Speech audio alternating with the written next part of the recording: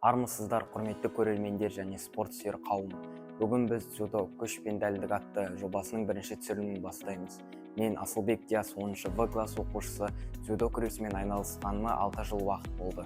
Және осы жыл уақыт аралығында мен өте үлкен жетістіктерге жеттім.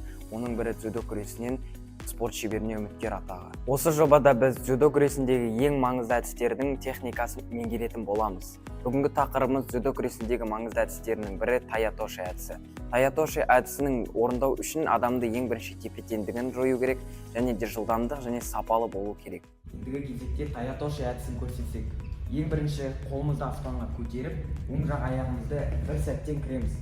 Екіншіден, сол жақ аяғымызды қарсы алдында сол жақ аяға қойып, әдіске кіретін боламыз.